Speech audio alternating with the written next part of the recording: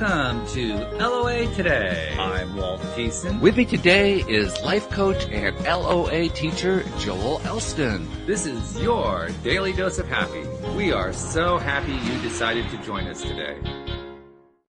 Joel, I'll give you a little heads up that on Mondays I do two shows. This is the second one that I do every Monday. And the earlier show today started off with all kinds of technical issues that iron themselves out.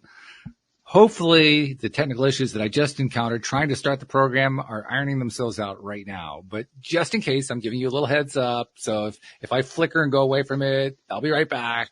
It's just technical issues for Mondays, all it is. One of the things, Walt, that I really appreciate is there's a movie, several movies that address this, but when astronauts go to the dark side of the moon, the other side, they lose contact because there's no direct. Oh, right. So you just went to the dark side of the moon. That's all you're there for a while. Sure enough, you're coming back and unless there's aliens or something, we're good. Well, it's appropriate too, because I have a new background that has, brighter space. Yeah. So that's, it turns out that the dark side of the moon is actually pretty bright. It's pretty cool. It is. Yeah. It's really not dark, but, we can get into that, but we have another topic. So we do. Well, in a sense, it's actually kind of related because it's about what happens when we focus all of our attention on feeling happy and end up on the dark side. Absolutely. Which is confusing. I mean, because, well, first of all, it happens a lot, but it's counterintuitive. Like, how could you possibly be on the dark side when you're focusing on being happy? And yet it's amazing how often it happens. Right. The premise, this was off my Facebook page. I posted this probably 3 or 4 days ago, likely. The idea that when you're constantly seeking happiness or you're constantly seeking wealth or you're constantly seeking anything, it becomes counterintuitive because you become desperate for it. So you literally, we use this with the law of attraction all the time. You and I, years ago, somewhere along the way, this gentleman, he was, messaging us saying, I started listening to you guys and doing the law of attraction, really for my, finances. But it hadn't really worked for my finances, but it's worked great for my relationships. It's worked great for my job. It worked. We really went straight to the point, because you're not focusing on the other things. You're just putting them out there and they can't fulfill. But when you get desperate or you're craving it so bad, the energy, the emotion or whatever that is really the emotion of lack. So when you're constantly seeking happiness, and you become obsessed with it, then it's really the lack of happiness that you're putting out to the universe, and that's what you're getting back. And you see that so much. People become desperately like, I want this so bad, is really the absolute opposite emotion of what you need to be delivering. Oh yeah. Well, I don't just see it. I've experienced it. I mean, that's one of the things. Yes, we did. I do remember the gentleman you're talking about. Yeah. But a lot of the shows that we talked about, especially in those early years, were about me and about how I was doing exactly that thing.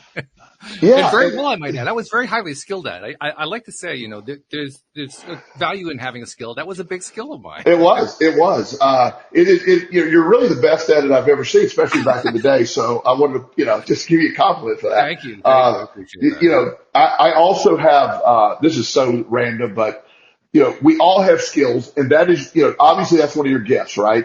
Doing that. So I have a skill, and I'm always grateful for everything. I am, and I promise you this, I am the best whack-a-mole player on the planet. Okay. Yeah, I don't lose at all. I dominate whack-a-mole. Okay. Now, if they ever start a professional whack-a-mole tournament, I'm your man. But I haven't found a way to make that lucrative. It doesn't translate to anything else. But just randomly saying I'm a whack-a-mole champion. I have beat every kid, every adult, everybody's ever challenged me. I've never lost a whack-a-mole event. I follow your drift there, because it's the same thing with me. I haven't found a way to actually turn this skill of mine into money. Yeah. I mean, some people are, last night I watched the Super Bowl. That's a game that football plays at the end of your wall. I actually do know what the Super Bowl, I even know what the score was. So, Oh, wow. Yeah. So, but you're looking at all these highly skilled athletes with these great skill sets and speed and athletic ability, and I was given whack-a-mole. Hmm. That was it. I mean, it's like, is it fair? Probably not, but nonetheless, you have to accept what it is. I have other skills too, but my whack-a-mole skills are amazing. Well, okay, and put that on the Yeah, resume. So, I mean, yeah, that yeah. would be valuable to somebody at some point, sometime.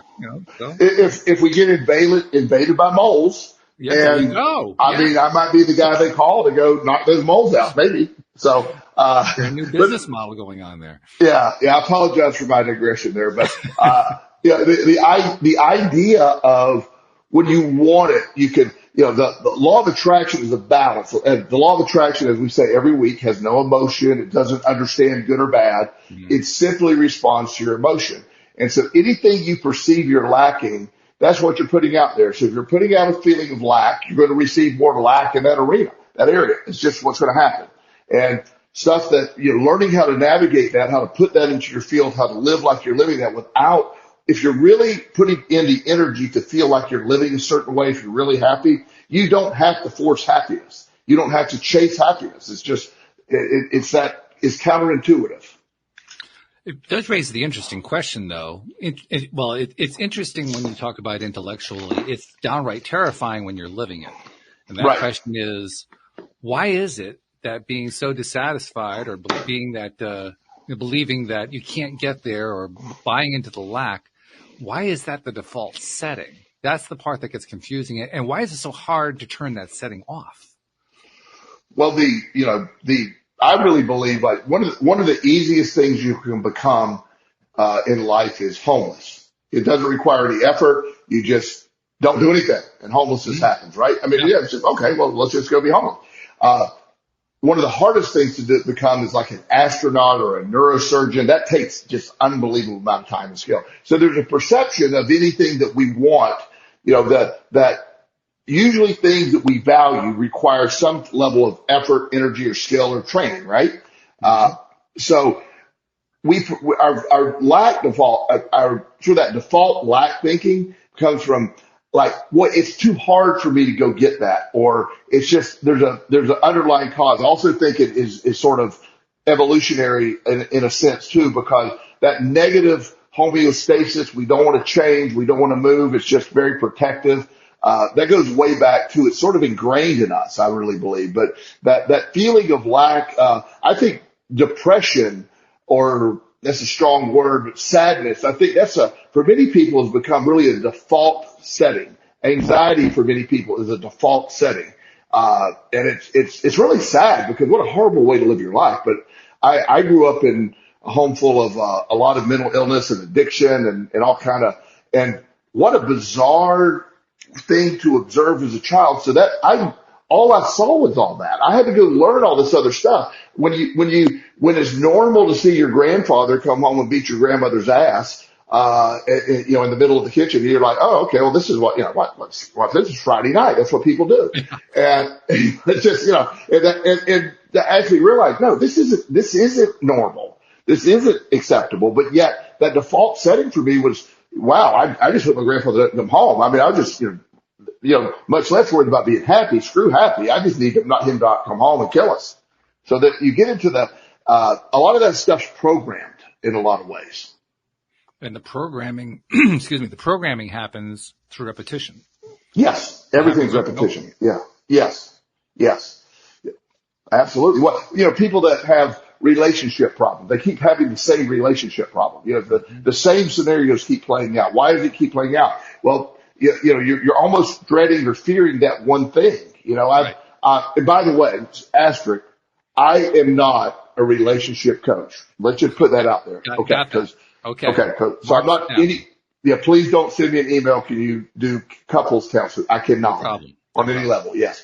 I lack skills in that area personally as well. So, but this idea that we have this idea that the same things just keep happening, and that lesson keeps repeating until we do something different. But we're stuck in habitual repetitive behavior, that like you've told me before, the cycle of thinking is very repetitive for you. For me too. But breaking away from that, it literally is that it's reprogramming the back part, the subconscious part of the brain that we don't have direct access to. That's why repetitive nature is required over and over and over for that subconscious brain to say, oh, wait, this is the reality now.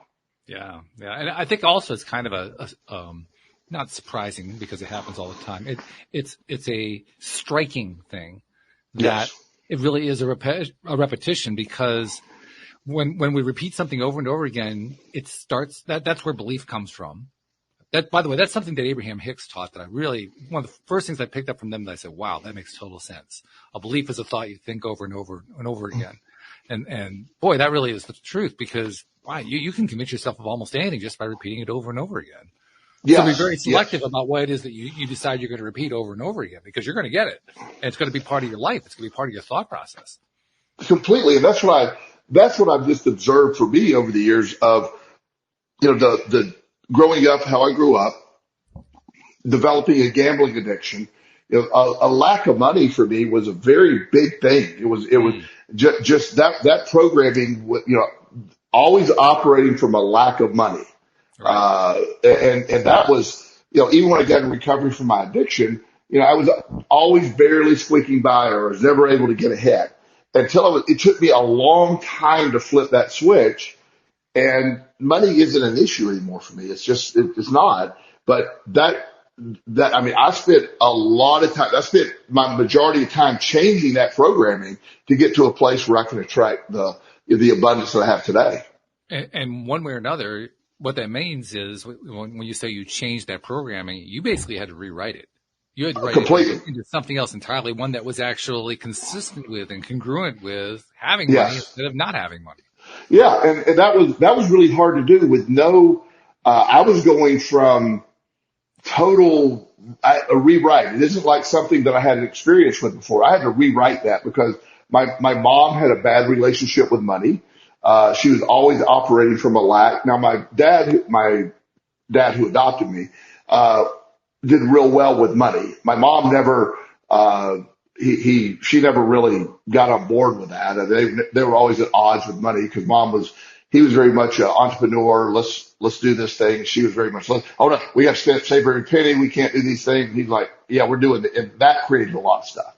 But I got that reinforced once I got my gambling addiction and developed that. And I was just constantly losing money, chunks of money. And I was always desperate for money. And no matter and that was sort of the drive of the gambling. I was going to go win a lot of money.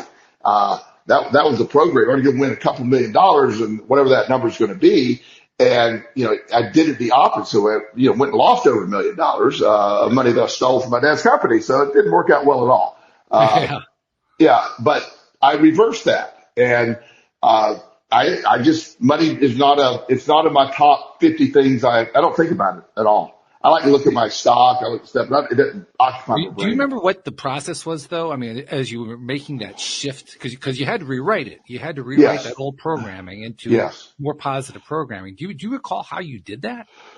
Well, when I discovered The Secret, I often recommend The Secret as an entry-level introduction to the law of attraction. I started realizing that I was expecting poverty. I was expecting a lack of money. I was expecting all that. And so I had to start rethinking that. Now, it doesn't do any good to say I'm rich when I have, no credit and no money in the bank. And, you can't say that, because you got to believe what you're saying. Believe it. Exactly. The key is believing the thing, not saying it. That's the problem, or that's not a problem. It's just how it operates. And so I had to start looking at, the concept of what would it be like if I had $100,000, or what would it, I started just taking time to imagine, calm down, what would I do? And I would actually, create these mind movies in my head of, I would sit there and envision, my paycheck, back then I was hoping to make $50,000 a year, so I did the math on what $50,000 a year would look like. And I started, doing that, and I would give myself a raise, and I would envision it. Just once you have to repetitively do that. There's a concept. There's the mental bank is a concept that's talked about in, a couple of different realms, where you write yourself a check, or buy things mentally over and over again, or you keep a ledger. So I did a lot of those practices, And then, all of a sudden it went from me barely having enough money to pay my rent and do things. So I'm noticing, well, I got a little bit of money left over. I got this. And then the more I did that, then I could use that energy to, like, I remember the first time I saved $1,000. I was so excited. And I would look at that $1,000 and I'd go, man, that's pretty good. I mean, my bills are, when I say caught up, I still had bills, but everything was current, and I had $1,000. And then, when I got that up to $5,000, then, and then the increments change, and then you wake up one day and get 100,000 or whatever that number is going to be. And it's like, wow. And it's amazing. Then once you start that process, the money just comes. And then as I said, I do not spend any energy on money. In fact, last year I didn't do half the stuff I'm supposed to do to sort of make my taxes right. My accountant's on me about all that, and I'm supposed to do all these things. I didn't do any of it. So we're running around crazy right now trying to, before taxes are due, to get that mitigated. But again, I still don't care. I mean, whatever it is, we're fine. It doesn't matter. There was a time that would scare the hell out of me, but it doesn't anymore. You're right. Yeah. And I know that feeling of being scared, having the hell scared out of you over that kind of thing, because it's terrifying when you get in that. Yeah. Something else that I wanted to bring up too, to get your commentary on, largely because this is part of what I went through as I was trying to overcome my own resistances where finances were concerned. I found that unwittingly I would confuse two concepts that seem very similar on the surface, but they're actually not similar at all. On the one hand, there's, like you were describing, focusing on abundance in various different ways and feeling the abundance and so forth. And on the other hand, there's asking for the thing that you want. And those are the two things I would confuse, thinking that if I'm asking for the thing that I want over and over again, it's the same thing as focusing on the abundance of it. But it isn't necessarily. Often the asking for the thing you want is really transmitting the lack of the thing you want. Often. Yeah. And it's good to put out there. Like I was explaining to a young man that is introducing him to these concepts. I think he's 14 or 15 at the time. And as I mentioned a few times, young people are really good at the law of attraction. Okay. And he said, so you're saying I can have anything I want? I said, well, no. I'm saying that you can get the essence of anything you want. If the idea, if you want a house that I'm living in and I don't want to sell it to you, you can't have my house. No matter how much you want to manifest my house, you can't have it. But if you get the essence of it, you got to focus on the essence of what you're asking. And that's sort of the key. The idea that I want to feel the essence of, if I had that house, how would that feel? Or if I had a similar house, how would that feel? Or have a car, or whatever your thing is, you got to bring the feeling of what it would have, not the thing itself. So getting back to the topic of how it is that we end up focusing so much of our energy in such a fearful way on, I got to be happy, or I want to have abundance, or I want to be wealthy, or something like that, and ending up unhappy in the process. When we look at that topic, one of the key elements we're saying right here is we're focusing on the lack of it. And that focus of lack can actually play out a number of different ways, all of which work against what we're trying to do.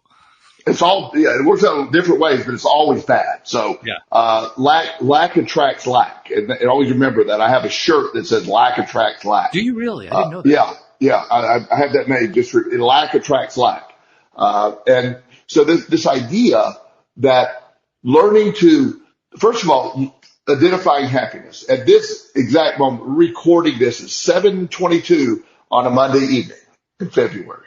Uh-huh. And at this exact moment, everything's fine. Everything's great. I'm happy at this moment. So if you can live within a moment of happiness, if you can just start feeling get rid of everything else. At this moment, things are great. Try to feel happy. And I love doing the show with you, so I'm always happy when we're talking. So exactly. we have an hour of happiness. So when you learn to condition your brain to accept happiness or even identify, even if it's for a microsecond, we can grow that incrementally. And then you learn what true happiness is. There's nothing in the world that will bring you happiness from the outside. It has to come up from the inside. The belief that the next car is going to make you happy. Now I like nice cars. I have some really nice cars. I trade every couple of years. I'm going to get another one too. So, but that's not going to bring me happiness at all. Now, the fact that I'm already happy and I can enjoy the brand new Lexus SUV that's coming out in the next month, that's going to be exciting. But it's not because of it, but I just love cars, but it's not the fact that I have it. That would make me miserable if I didn't have happiness already. So the belief that happiness is located over there is part of the problem. Happiness is always internal, and you're in charge of that on any given day. Do that, and then over there becomes very reachable, but you got to start here. Isn't that an odd thing? It is true. I think all of us, pretty much from the first day that we're aware that we're alive on this planet, in this life, we think about things that we want as being out there. I mean, that's just the way we're wired. Right. Now, I don't know if that's because of the way society teaches us or what. Maybe we do come into this world knowing differently, as I've been told by some. I'm not really sure. All I know is from my earliest memory, I kept thinking, well, it's out there and that's where it's got to come from. So in that sense, it's very counterintuitive that it has to come inside first. And often right in front of you is happiness. Often there's an old cartoon, from The Far Side. If you remember that series, The Far Side. The Far Side. Yeah. And it's a view of above a lake, and it shows two fishermen getting in their boats and going to the opposite side of the lake to fish. And they both are going to the place. It's like somehow over there is going to be better than we're at. They're going to where the other one was. Right. And we sort of live life that way. When I learned once I understood that I got to become happy with where I'm at and what I have. And there's a lot of ways there's a lot of tools to do this. If I look at where I was on any given day, my worst day today, there's not really such a thing, but my worst day today is like, oh my God, can you imagine that worst day? I mean, it back in the day, I've been celebrating my worst day today. It's like, can you imagine this one? I had an argument with Lexus that they weren't going to fix my wheel. They ended up fixing it. And I'm like, I laughed in the middle of this because why am I even caring about this? It's just, it was such a silly thing that I was getting frustrated with. And I realized, I'm worried about my scratch on my wheel on my car. I just don't really care. I don't care at all. And they ended up capitulating and fixing it. It was all good, but but yet we can get stuck on these little things that make us believe we're unhappy. And then that becomes back to that default setting. You're reminding yourself of what is right in your life. Gratitude is a great way, a gateway to happiness. When you're grateful for the people in your life, all you have, I have incredible people in my life. I remind myself of that. I've come, as I've always said, I'm not claiming to be the most successful person on the planet, but few people have traveled the distance I've traveled, to get where I'm at. And I've had a massive comeback, and I love that. And it's just, I cherish life. I've had a couple experiences recently where it's really reinforced how much I cherish life. I just love what I have going on. So every day today, I had a no-show client today, and I'd be like, I said, hey, this is an opportunity to make a couple of calls. I set 2 more appointments. So it's just this idea that no matter what happens, find the happiness in right now, and then you can grow that. That's sort of the thing. It's not over there. It's always here. That, and I love how you were emphasizing it's not a big deal. Yeah. Because talk about how we build beliefs. That's how things become a big deal. We make them into a big deal through the way we think about them and the way we talk about them and the way we interact with others about them. And we make it an ongoing thing that builds bigger and bigger and bigger and bigger until the momentum of it is so large that it's dominating our lives. Absolutely. And that's amazing to me that we can live in a place now. Yeah. What really matters? What are we getting upset about? And again, it's all so much minutia and so much stuff that takes place when you really evaluate, the ultimate start. This sounds so basic, but when you wake up in the morning, when you realize, okay, I have at least the gift of another start of a day. And then you think, wow, look at what's going on in my life. It's just, if you could walk out the door with the gratitude and the happiness of man, I'm enjoying being here. I'd love to participate in life now. And my days aren't perfect every day. I'm a human being, sometimes be in traffic. We have a little problem in traffic and my attitude doesn't, you know, adjust a little bit at time when somebody cuts me off or goes 20 miles an hour and have to pull out in front of me. But, we're still a work in progress. I'm not necessarily happy at that moment, but I get happy pretty quick after that. Yeah, well, it's not something that you just learn and you're done. Yeah. I ongoing practice for me. Right. Yeah. For everybody. Yeah. Actually, I think if you're not in that ongoing practice mode, one of two things is happening. Either you've just died or something is about to fall apart. Yes. One or the other. Yes. Yeah, I agree. So I'm sort of amazed that, the realization of all this, the comeback, one of the biggest concepts, and I do a deep dive on this, and it sounds so, again, it's very superficial to say this. One of the most life-changing things that ever happened to me was I really understood there is no destination and my journey is the point. That changed everything for me. Everybody's heard that. I've heard that since I was a kid and never understood it. Every day is the point. Wherever I end up is really irrelevant. Every day is that gift of today, that journey. What happens today, I'm fascinated with today. I'm fascinated with every encounter, and that it's an amazing way to live. And I'll be perfectly blunt in saying I still am trying to learn that one. It's a hard one. I've learned it to a significant degree. You mentioned success earlier. You mentioned that you're not the most successful person in the world. It's an interesting concept, success. And the reason I say that is it's going to be relative to whoever you are and wherever you're at. Right. Like you were talking about earlier, success earlier was having $1,000 in the bank. Yeah. Now having $1,000 in the bank is nothing compared to that. I mean, you don't even think about that anymore. But at that time, $1,000 in the bank was huge. So which it was more successful? It's all perspective based. And in my practice, I work with professional athletes a lot. I work with some literally multi-billionaire families. And one thing I can tell you is money does not equate to happiness. And everybody says, "Oh, sure, Joel." No, it does not. It really doesn't. I mean, on an actual practice, some of my most wealthy families tend to have the most miserable lives, and they can't find happiness with literally $2 or $3 billion, not millions, billions.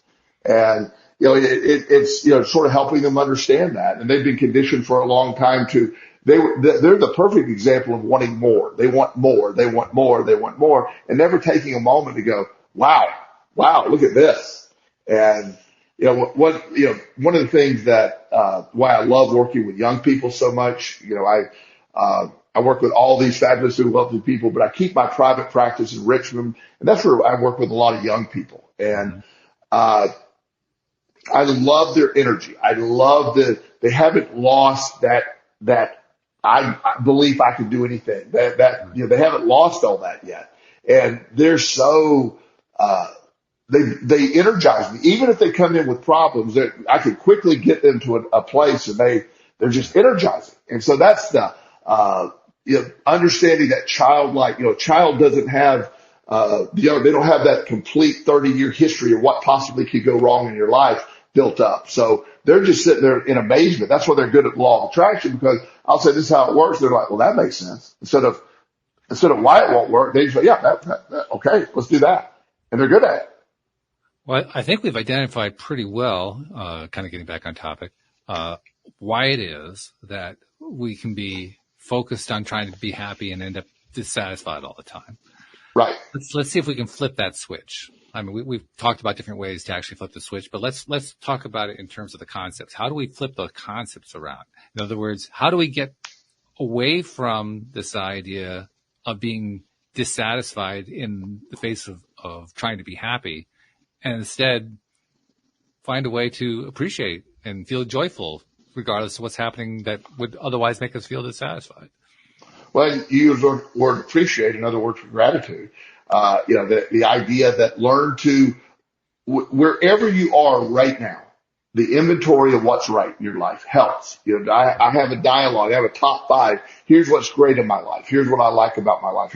And I can play that real quick in my head if my mood's slacking a little bit, and I can quickly get happy again.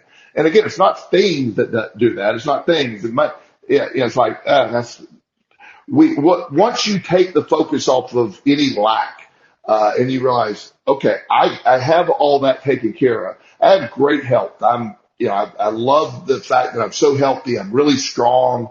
I have all this great stuff going for me. And I remind myself of that. I'm not saying that in an arrogant way or bragging way to anybody that's listening. It's just a mindset to really get to the mindset of gratitude is the gateway to happiness. So gratitude is the pathway to being able to be happy. Factual. That's the reprogramming process. Gratitude allows happiness.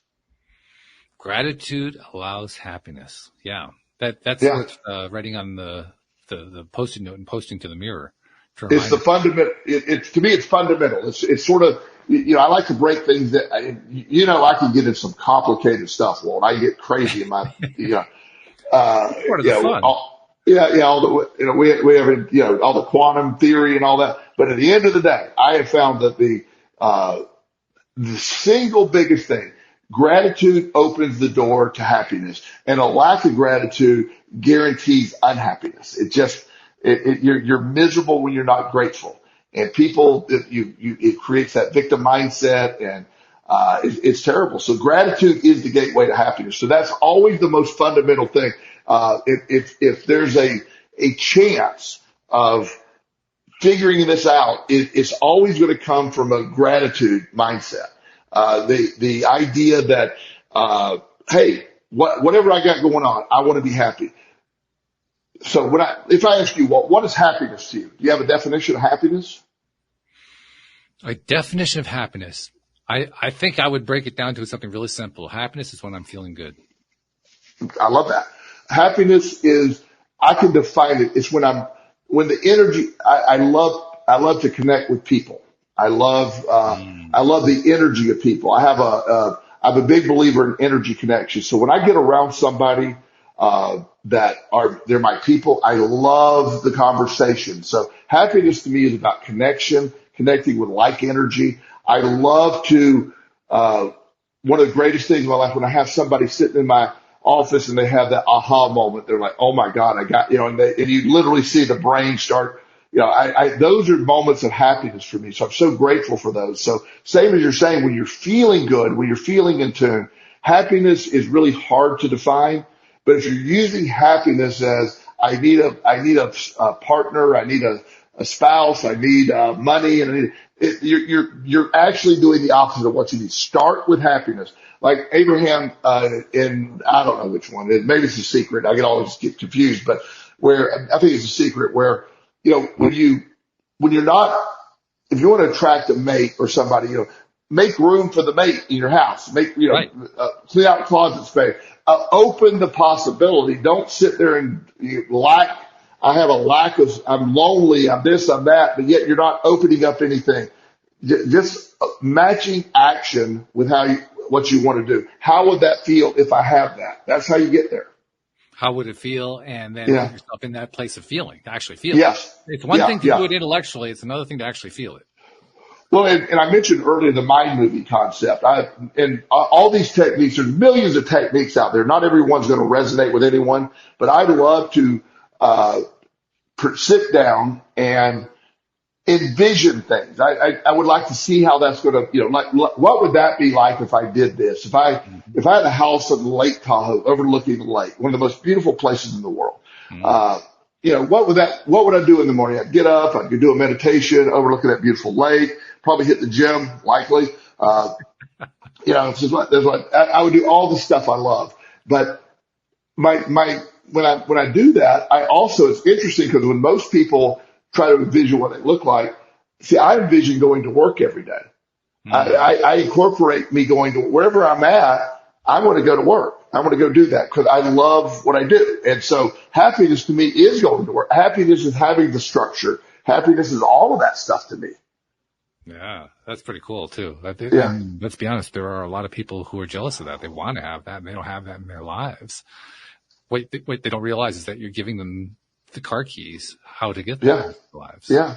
And to be fair, changing a lifetime of thinking, and especially after, bad breakups or, all these bad things that can happen. It's really hard because the subconscious brain is very protective. And once you've been burned, it doesn't want you to get burned again. And so it's going to say, hey, we don't want you to do that. But, everything usually after, there's nothing great in my life that ever happened until something ungodly happened and fell apart. Yeah. I shared the story when I was at the previous company, Williamsville Wellness. I used to work for when you and I first met, actually. Right. Addiction treatment center. I was the director at the facility. Loved my job and everything was, loved my people. And I moved to Richmond for that job. Yep. And I was expecting retirement. My goal, my belief was when the owner retired, I would just buy it, take it over and just continue to do it. Sure. The program was amazing. I had the best people to work with. That was my identity, director of that facility. The owner and I, sometimes he could be a difficult personality. We're good friends now, and so we're fine. But on a random Saturday morning, him and I got into an argument, and I don't even remember the details of it too much. And I was in the right mood, and he was in the right mood and the wrong mood. And he says he fired me, and I say I quit. But something happened that morning, and all of a sudden I lost my really high-paid job as director of this facility, and I had nothing to do. I was like, oh my God, it was. So that was shocking, and. I quickly got my feet underneath. We've talked about that story a bunch of times, but I don't have the life I have today without that event taking place. And while that was great, I've leveled up. This is a much better. I make a lot more money and I don't have to deal with anybody I don't want to deal with.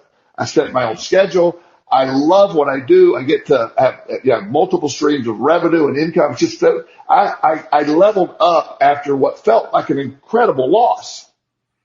And there's another piece that you kind of skipped over, but I think is really important, and it fits in directly to what we were talking about for most of this episode, which is how that momentum builds up over time.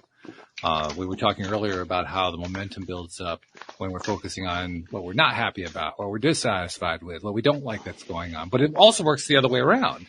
I mean, that's part of what you were describing in terms of how you changed your own beliefs about money around. Right. You literally reprogrammed your mind by rethinking over and over again all the different ways that you could actually believe that you could have all the money that you needed, all the money that you wanted, so you could do all the things you wanted to do and so forth. That process of rewriting, that process of basically taking on a new identity, a new thought pattern, is the creation of a momentum. And that momentum had been going on with you for quite some time, up to the point when you lost that position, that ideal position.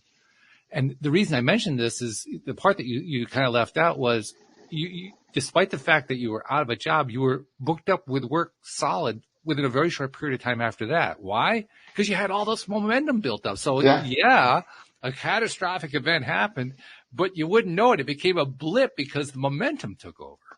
Well, my dear friend and mentor, Dr. Sherman Master, who has passed away a few years after that, he worked with me at Williamsville Wellness, and he when I lost the job, when I quit the job or was fired,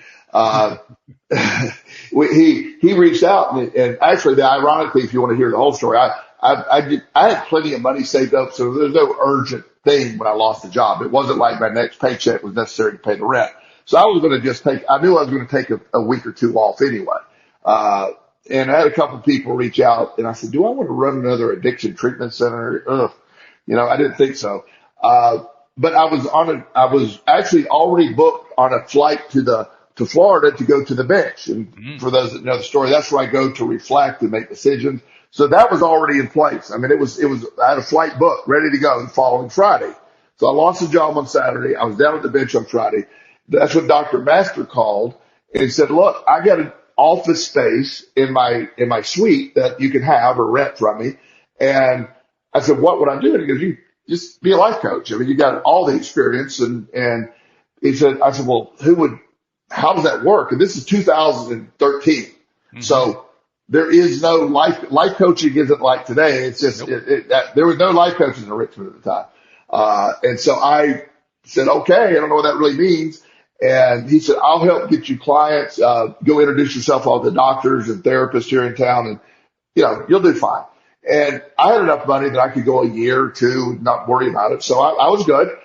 And once I got the office space set up, within 2 to 3 weeks, I had 14 sessions booked. And then within a month, I had a full slate. Ended up making more money than I would have made if I stayed at the other place. And I haven't slowed down. Like I said, it was just a blip. And, never really thought about it, but I was like, oh my gosh, I woke up one day that this worked out almost as if there was a script behind it. It worked out perfectly because the story that part that I didn't get into again was I had been thinking about doing this, but I was never going to quit that job. I was not going to quit it, without some event as a catalyst to quit it. And that happened. So I was already attracting this. It felt traumatic, but it was never traumatic. It turned out to be the best thing that ever happened to me.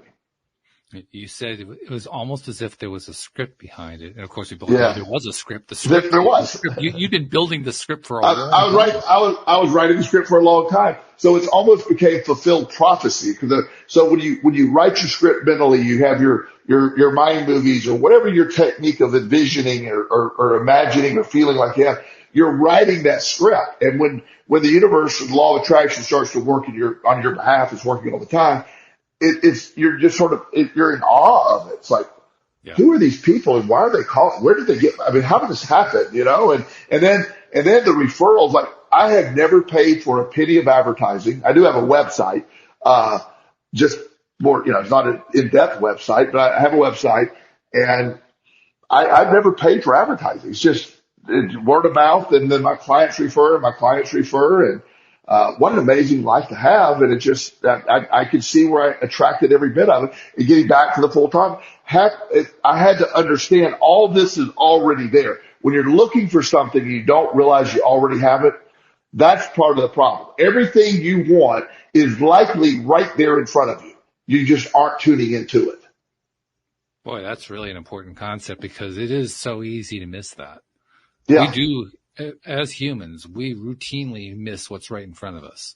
Yes. It sounds so strange to say. Even as I'm saying that, I say, how on earth could that possibly be? But we do. Yeah. The idea that you're looking for something, you almost always attract it, but you're like, okay, well it's so easy sometimes you don't realize, wait a minute, it's been here the entire time. Right. It's been here, right here. Right here and readily available. Yes. And the only thing holding us back is us not choosing to see it. And I emphasize not choosing. But also when you have the shield of, when the lens of lack is blocking your view, you're not able to see it. So when you don't think, I want happiness. So what does happiness mean?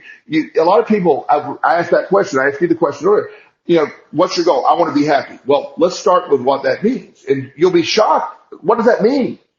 Well, I want to be rich. I go, well, that's okay. That's not going to do it. Let's look at something else, but now a byproduct, and I'm the first to tell you, I have been literally homeless poor, and I've had a great abundance. A great abundance is a lot better. I'm not, let's be clear. Let's be clear. I'm not in any way saying, oh yeah, it's great to be, no, it's not. It's terrible to be poor. To me, poverty is evil. Poverty is horrible. But also realizing my mind wasn't right to be able to develop an abundance because I was stuck in the lack of all that. And to go from homeless, losing everything, to where I'm at right is hard to believe sometimes it happened to me, but the distance I had to travel mentally and emotionally is phenomenal. I mean, just my mindset toward life, and like I said, the awakening that happiness is in your journey, happiness is in today, happiness is at this moment. That's what's exciting to me.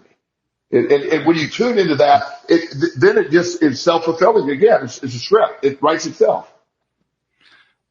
I think it's one of the more surprising things in life, that whole concept of the two-ended stick, which you referenced. The first time I ever heard about that was, like you, it was with Abraham Hicks.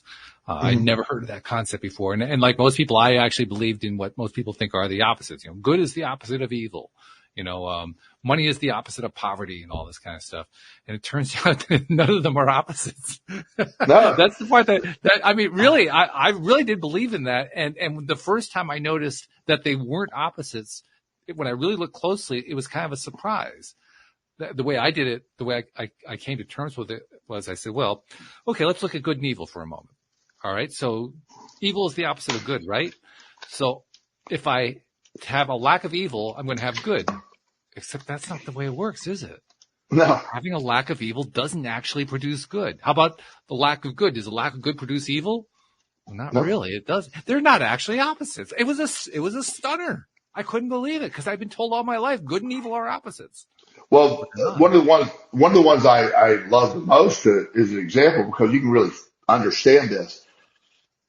The opposite concept between love and hate. Love and hate are the exact same emotion. Yes. I mean, it's an intense feeling to someone. You almost can't really hate somebody if you didn't love them at some point. I mean, almost. There's exceptions to that. But the idea that love and hate are an intense feeling, just your perspective of what it is. When your body is going through extreme anxiety, we had a whole show on this one time. It feels horrible. But if I were to hook you up to a machine that measures all the bodily functions and all the heartbeat and all that stuff going on, your breath, all that, extreme anxiety and extreme excitement are the same emotion. Yeah.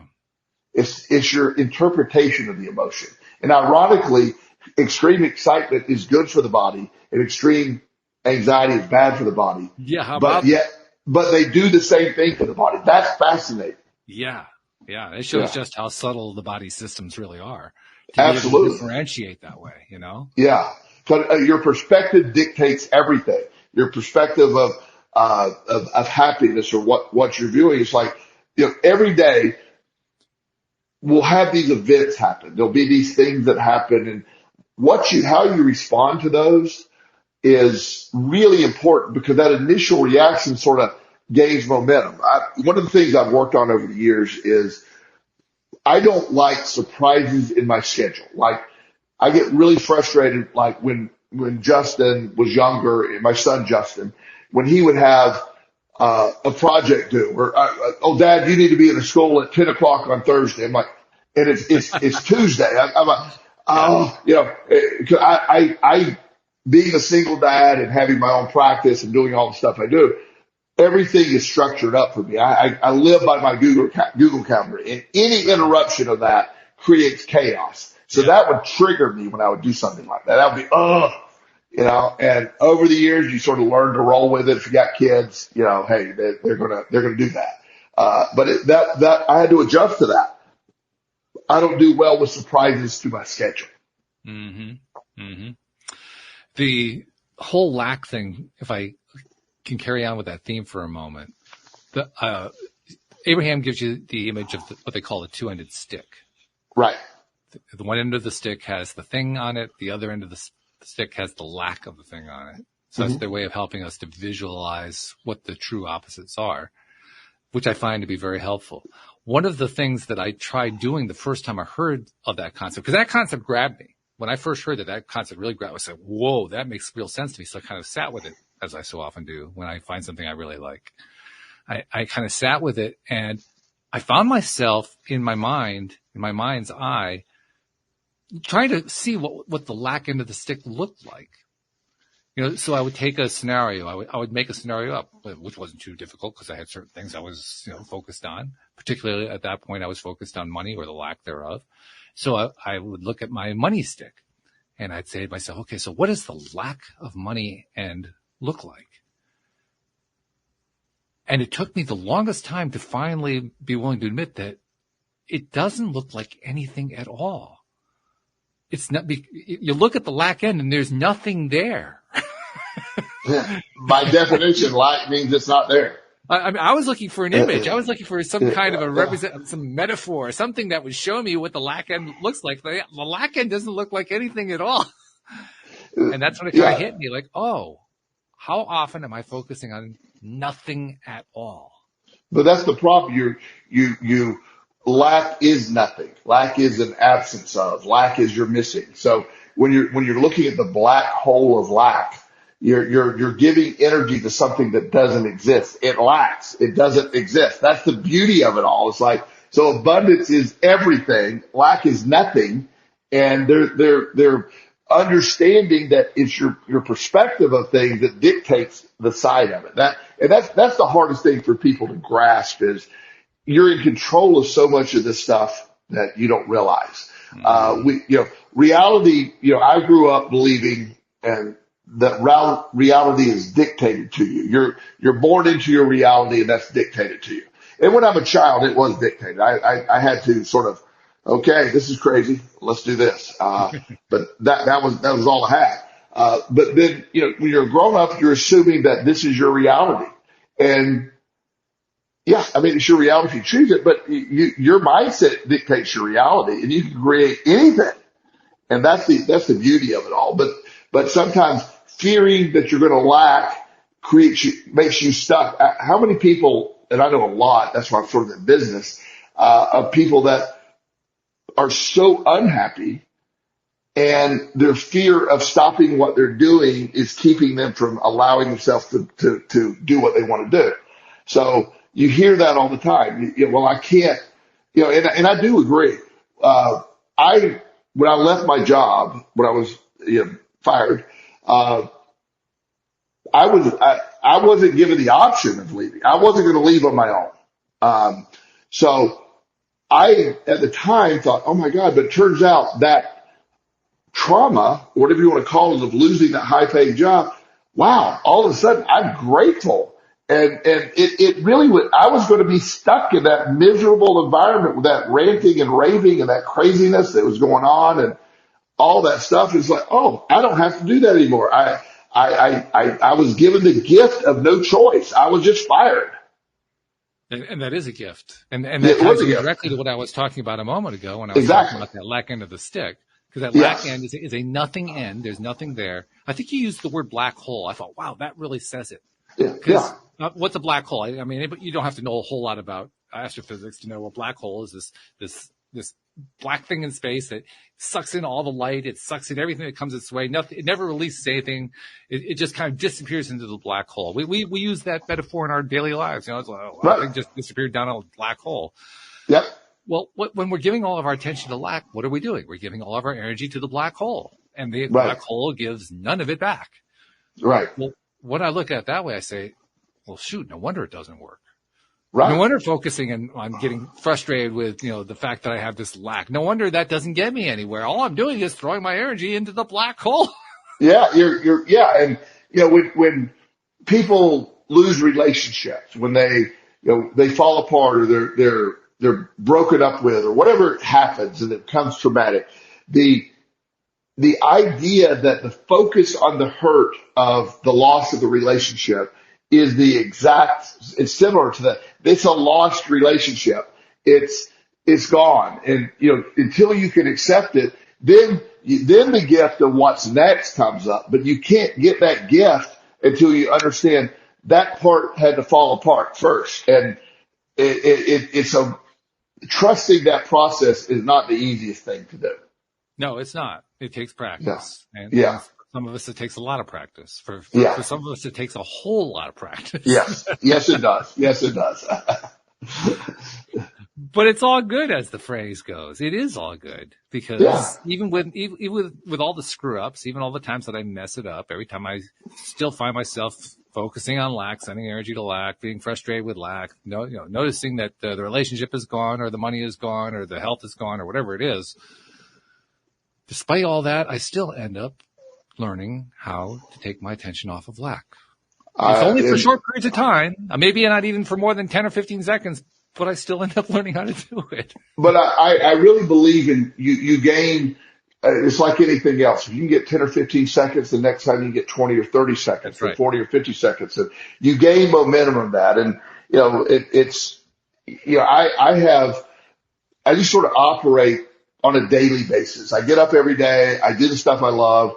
I make sure I'm grateful for each part of the day, even when dealing with stuff that, okay, this is annoying. But, I make fun of pretty much I have huge humor in my life all the time. So, Oh, yes. so I can find myself laughing at the silliness sometimes. Just, I had a guy in my office the other day, and obviously I can't film anything, and, but my life is so weird. So in the middle of our conversation, without warning, he jumps up out of his chair and knocks out 10 push-ups.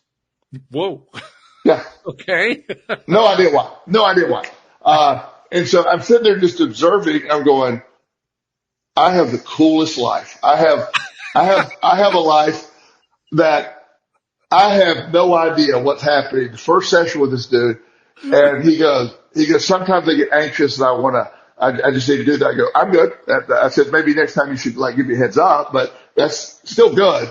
But I sat there for his 10 push-ups going, well, I want to see where this goes now. This turned out being a great session, and I get what he was trying to do, but I'm laughing to myself like, who else had a job that day somebody hopped down and get 10 push-ups? It randomly unexplained at first. It's like, wow. It's funny you mentioned that too, because I think it was probably about 10 days ago. I had a guest on, a young man, 18-year-old named John Kimball, who had previously been, he had kind of a story similar to yours. He had been a gangbanger. He had gotten involved with drugs. He'd gotten involved with crime, petty crimes, more severe crime. He'd gotten involved in a lot of stuff and got arrested, went to jail or prison. I don't remember which, and ended up flipping the switch kind of similar to the way you did it, a little bit different storyline, but the same general idea. And at age 18, he has not only completely turned his life around, but he's become a life coach. And one of the things that he talks about is literally what you just talked about, that push-ups thing. I mean, he does burpees, but he'll just drop and do burpees if he needs to do something to shift his mindset. And I love it. It's almost like you were talking about the guy who'd been on my show. I know it was a different person. Yeah. I just couldn't avoid bringing that in because my God, it's the same story. It is, but it's just, things happen during the day, and, it used to be I tried to figure it all out. There's a lot of things in my life right now that I have no idea what's going on, and I find it fascinating. And nothing's bad, but there's some things I'm going, well, let's see how that works out. It used to be I'd have to define it or figure it out, but I'm like, I have no idea where I'm at with this or what's going on, but let's just see what happens.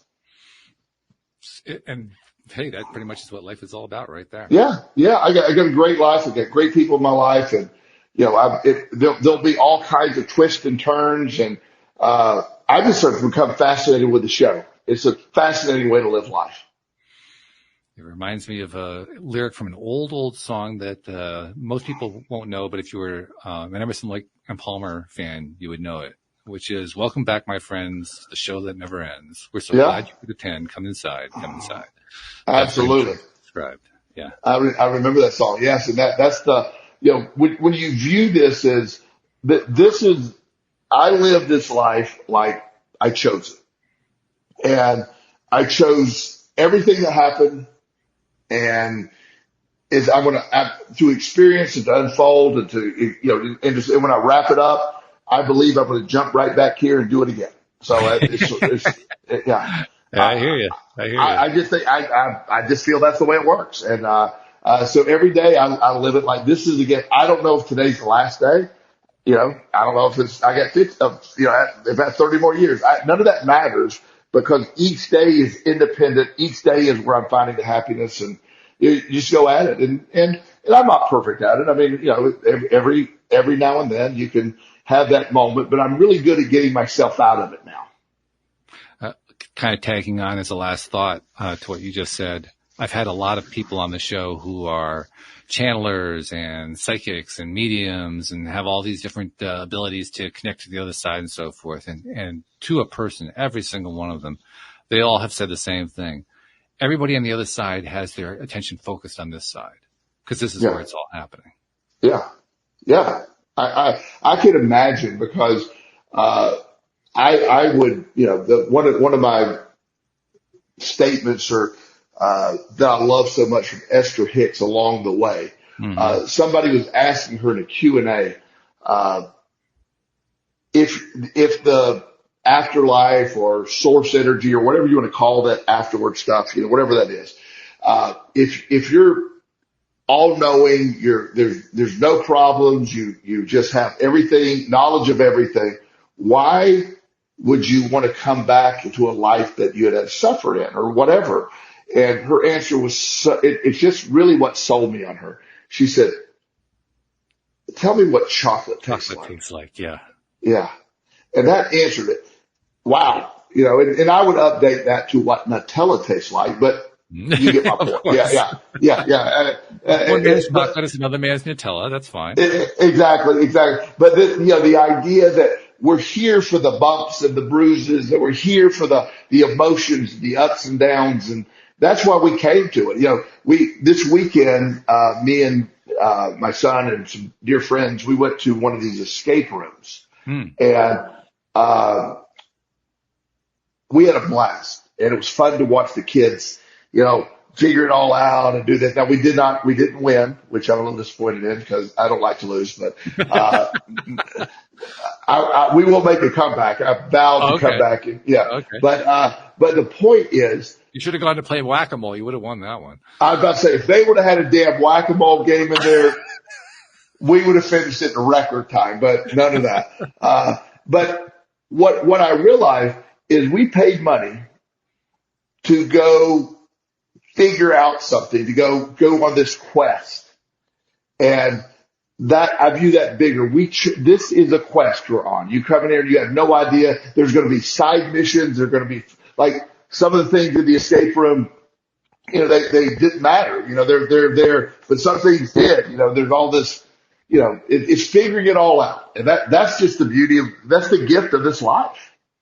Well, thank you, Joel, for once again helping me to figure all this out. By the way, Joel posted something last week where he talked about how there are some things that remain unsaid, believe it or not. And I like to point out to him that one of the reasons we do Mondays is so that he can have a place to say them. So thank you for saying them today. Yeah. We appreciate that. Yes. Yeah, I said a lot. Oh, sorry.